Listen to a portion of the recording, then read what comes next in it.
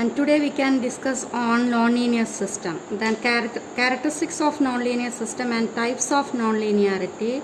I have given the notes and you can go through that. Next, two popular methods for analyzing the nonlinear system are describing function analysis and phase plane analysis. Then today we can go through the describing function analysis, and this describing function analysis is based on harmonic linearization. Harmonic linearization means the higher order harmonics are filtered out, and since the higher order harmonics are filtered out, it is also known as an approximate technique, and it is applicable to wider class of nonlinear system, that is it can be applied to any order nonlinear system. Then the basic concept we can go through, that is, let us consider a block diagram shown here, and here we can see that R is the input which is given to the system, and C is the output of the system. Then the error function E is equal to R minus C, and that is given to G1 of S, and the output of G1 of S is X, and that X is given to the nonlinearity, that is N is the nonlinearity. Then corresponding output is Y, and that Y is given to the G2 of S. So G1 of S and the G2 of S, these are the linear part of the nonlinear system, and N is the nonlinearity. And if the G1 of S and G2 of S are having low pass characteristics, then we can say that the higher harmonics can be filtered using this G1 of S and G2 of S.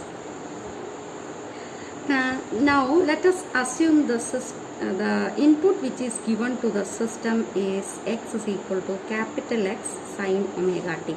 Here capital X is the maximum value of the input amplitude. Now if you are giving a sinusoidal input to a nonlinear system, then the corresponding output will be non-sinusoidal, and it will be non-sinusoidal periodic function. So a non-sinusoidal periodic function can be represented using Fourier series as y is equal to a0 plus a1 sin omega t plus b1 cos omega t plus a2 sin 2 omega t plus b2 cos 2 omega t. And if the nonlinearity is symmetrical, then we can say that this a0 is equal to 0. Then the value of y is equal to a1 sin omega t plus b1 cos omega t plus a2 sin 2 omega t plus b2 cos 2 omega t.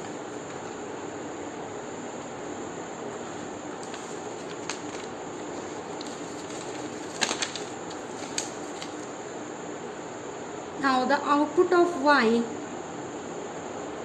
of n is fed back to the input through the linear elements G1 of S and G2 of S with low pass characteristics. So all the harmonics in y are filtered out. So we can write this y as a1 sin omega t plus b1 cos omega t. Then y which is equal to y1 sin omega t plus phi 1. And this type of linearization is valid for large signals so long as the harmonic filtering condition is satisfied.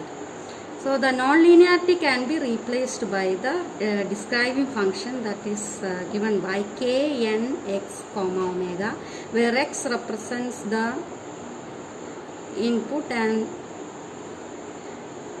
omega that represents the frequency. Then kn x omega is equal to y1 by x angle phi 1. Then y1 is the amplitude of the fundamental harmonic component of output, and x is the amplitude of input sinusoidal, and phi 1, that is the phase shift between the fundamental harmonic component of the output and the input signal. This nonlinearity can be replaced by this describing function kn x omega. Then the limitation of this type of analysis is all linear elements around the nonlinearity should have low pass characteristics, and it is mainly used for stability analysis and not for optimal system design. Then the coefficients of A1 and B1 of the Fourier series are given by B1 is equal to 1 by pi integral 0 to 2 pi y cos omega t d omega t, and A1 is equal to 1 by pi integral 0 to 2 pi y sin omega t d omega t.